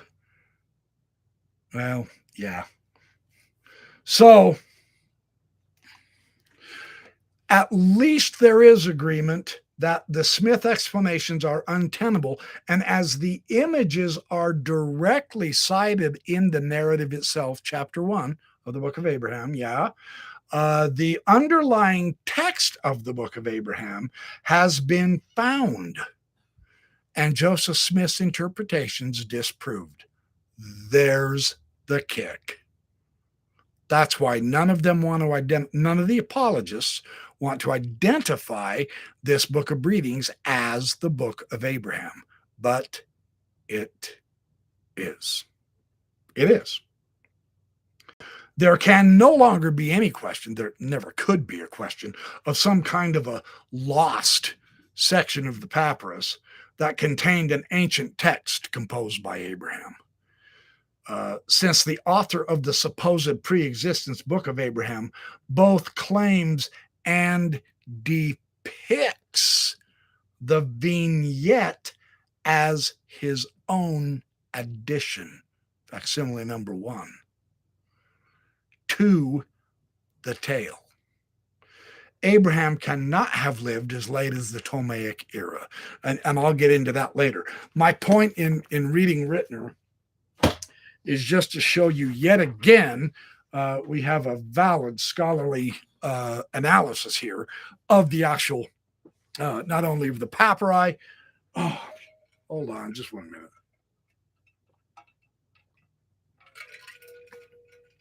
Oh, nothing like the waters of heaven. Actually, that's the waters of the Nile. Actually, that's the waters of Idaho. Oh, okay, so... Oh, man, I am at an hour and 50 minutes. Listen, I'll tell you what. Mostly they say most people pay. Of course, then I do have 94 people. And thank you so much for all coming. I wish I could have. I'll talk. I'll read this. You guys are having too much fun. You're not even listening to me. You're having fun in the chat. And I can't blame you. Okay, I will give you, let me I'm going to extend this to next week. Come on, I've almost gone 2 hours. That's too long, right? So let me close for now, temporarily, for now, saying this. And then I have something I'll share with you that you can go, if you desire, you can go look up and begin reading this week yourself. And then I will bring that in because that directly has to do with my next week's discussion on Kevin Barney's Semitic adaptation theory, which I am going to discuss next Sunday night, 6 p.m. again, Mountain Time. And then the week after that, I will start discussing John Gee. Listen, Mormons talk about being on and staying on the covenant path, right? But apparently they feel perfectly at ease to bastardize, mar, and manipulate the covenant path of faithful historian use of evidence, right? The historian Egyptologist covenant path of truthfulness and integrity with hieroglyphics and their translation without manipulation is the crucial covenant path to walk if credibility means anything to the Mormon Egyptologists, right? So I'm going to throw the covenant path ideology back in their faces here. Because if their covenant path doesn't involve telling the truth and being truthful with historical sources, then it has nothing else to offer us. The evidence is what we have to follow. That is my firm testimony of understanding. This is what clarified things for me and cleared out the fog. It is why I am clear today. I'm not done yet. I do have another couple of minutes. I'm going to share with you real quick something that is just simply staggering, exciting. Where'd it go? Right here. Here's another irony, you guys, a deep irony. Now, years ago when I was an apologist, I love to go visit farms a couple of times a year, hang out with the boys, chum around, go to lunch, see what the newest research was up to, and so on and so forth. And I became real good friends with John Twetness and Matt Roper. Well, one time Matt comes up to me, right? And he goes, "Hey, I've got something for you." And he hands me this great big research paper. I go, "What's this?" And he goes, "Well," he said, "this is all of the contemporary witnesses who were looking at those antiquities in Joseph Smith's day and their reactions to seeing either the mummies or the papyri. They describe how Joseph Smith described things to them. They described how Mother Lucy Smith described things to them. You have all of the testimonies of everybody all the way up through 1880. From 1836, 5 to 1880. These guys found all of the material of the witnesses. Now, here is the beautiful irony. Matt Roper, a Mormon apologist and good friend. I consider him a good friend. I'm serious. He's a good guy. He gave me the evidence that now, as I read, I find that the other Mormon apologist, John Gee, is manipulating what the witnesses say. Because I have it, and this is the full context. So I can see in checking on how John Gee uses the witnesses, I can see checking on how Carrie Mulstein uses the witnesses. I can see, I mean, literally, I can check up on them from one of their own, Michael Dennis Rhodes, And I can see that they are misquoting, and it's on purpose in order to arrive at a conclusion that they want, not what the evidence of the witnesses and their information and their understanding, whether it's early Mormons, anti-Mormons, or the church leaders. I have it all. I can check, and I have been doing so. That's why I want to do a study here in 2 weeks on John Gee, because, and it's so ironic that one of his own fellow scholars has given me the evidence to completely refute John Gee. And he's done this. He's manipulated the witnesses in more than one published publication. It is his method. Yeah, and it's so unfortunate. It's not, oh, whoops, yeah, my eye skipped that line in this publication. I'll correct it in the next one. No, he is consistently, steadily misusing the witnesses. And I promise I've got the evidence. I've got it as strong as I have the evidence that Joseph Smith knew the Book of Breathings, which facsimile 1 and facsimile 3 was a part of, was the Book of Abraham. And I will get to that in a couple of weeks. So again, irony. Yeah, irony.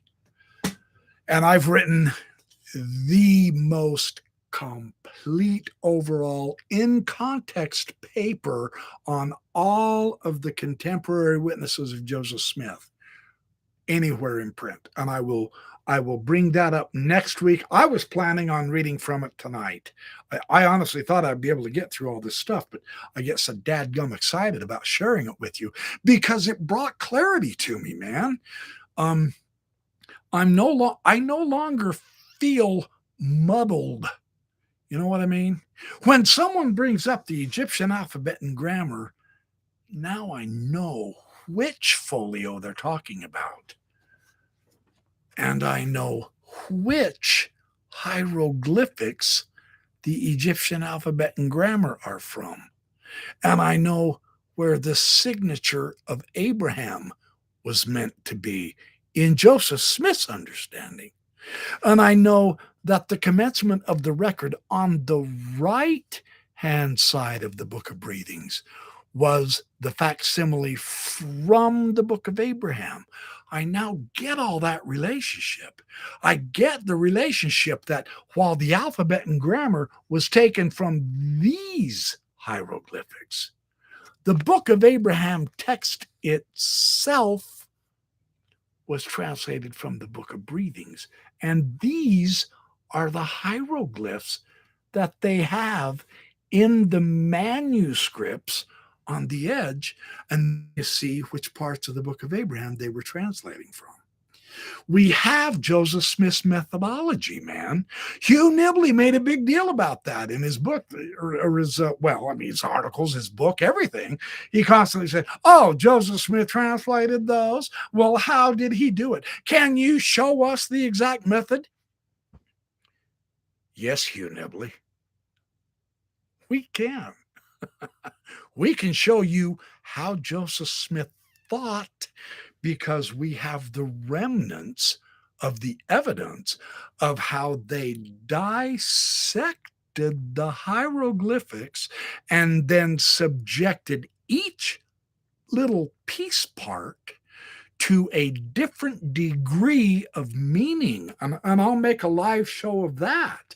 I will show you how from that method, which they literally say they used. We have the evidence, you guys. I'm not making this up. It's in here. It's in here. They spell it out. They show you the picture of the hieroglyph, and they specifically say, this is the character as it is dissected. And then they take each little separate dot, angle line, straight line across and all, and they give it different degrees of signification and explain out what each degree does. And when they put it back all together, You're seeing one hieroglyph take 76 words to explain. They showed us the method. Oh, well, that's not valid. That's not our problem. We're the ones that say that's not valid. The Mormons ask us, how did he do it? We ask them, how did he do it? Because it sure isn't the right way. We now know how it was done, and this ain't it. Right? The evidence turns the tables. I can't tell you how exciting it is. The evidence clarifies it and turns the tables. That's my whole point. That's what got me so excited. And yes, and now it's interesting because now there are critics on the other side who are saying, oh, Carrie, you idiot. All you did is trade one side apologetics for another side of apologetics. I did, but I now get to accept where the evidence points, and I get to clearly read the evidence for myself, and I am not being forced to make sure that I come to a preconceived conclusion that someone else wants me to arrive at. And that's all the difference. That is all the difference. So there is a difference between being a Mormon apologist and a non-Mormon apologist, because apologists manipulate the evidence. I'm no longer an apologist. I am a seeker, and I let the evidence take me where it will. That's the difference, and that's key. I'm just saying, that's key. That's no joke. So you guys, thank you so very much for being with me tonight. I am so sorry I took you to 2 hours, but believe me, it's been 2 hours well spent. I hope you found this to be clarifying. That was my whole intent.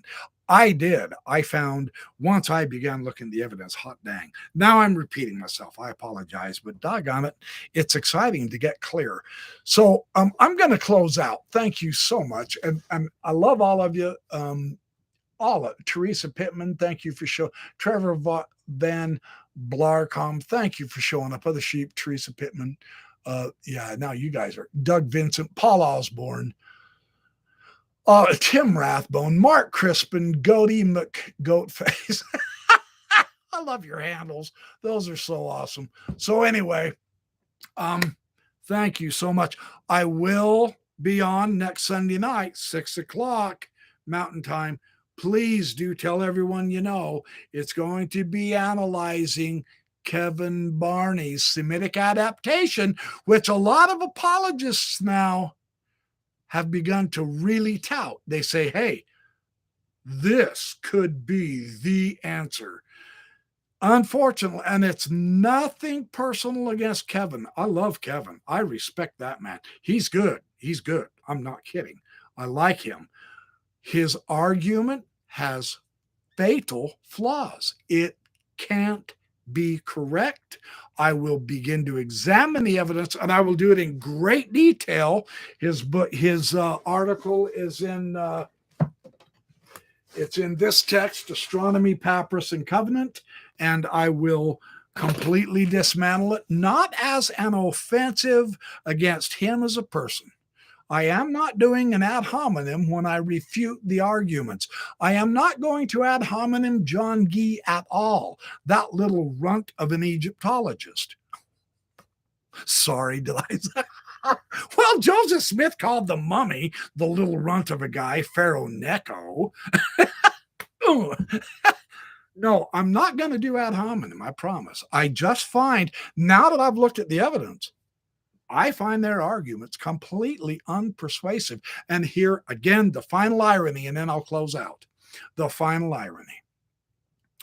Mormon apologists today now, because of the overwhelming amount of evidence, and I mean, I've shown you a pretty good chunk here, right? apologists now have to ignore what Joseph Smith said in order to defend him. I promise I will demonstrate that extensively beginning next week and carrying on into when I analyze John Gee in 2 weeks from tonight, and Kerry Mulstein and Michael Dennis Rose and Hugh Nibley. I am going to take apart Hugh Nibley because he was the man in my apologetic career, and I have no ill feelings toward anybody. I don't. I'm just saying, look, the evidence shows something very incredible and it's very clear. And I'm going to share that. So I am closing out now. So thank you so much. It's been so wonderful seeing all of you. I appreciate the audience. I appreciate the attendance. Thank you for your donations. Thank you for all of your fun in the chat, but I'm going to shut you off. I apologize. I'll read the chat and then we can see you next week. Right here, same time, same place. Thank you so much. I will try to work out what happened with so many people not getting on here early on. I suspect somehow I hooked up to the wrong link, and I apologize.